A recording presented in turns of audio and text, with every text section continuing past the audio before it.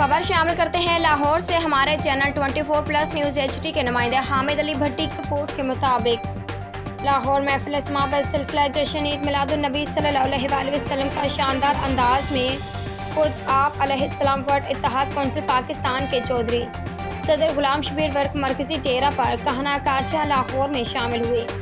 डेरा चौधरी गुलाम Shabir work पर महफिल इस्मा पाकिस्तान के नाम पर कवालों ने समा पेश करते हुए अवाम नाज को ऐसा महफूज किया कि सुनाने में वजद तारी हो गया और सिलसिला चिश्तियाँ कादरिया नौशाही से मोहब्बत अहबाब ने दीवाना वार झुमकर सोफिया कराम के आरिफ कलाम पर नोट्स की बारिश हुई।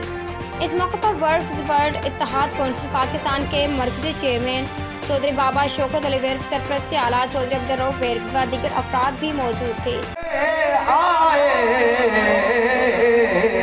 जिसके चेहरे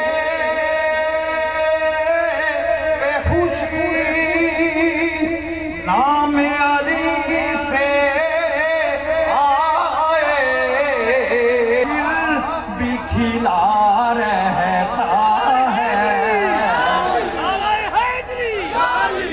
ये हजूर अलैहिस्सलाम ने कसौटी दी है तमाम मोमिनीन और मुस्लिमीन को। जिसके चेहरे उसका चेहरा,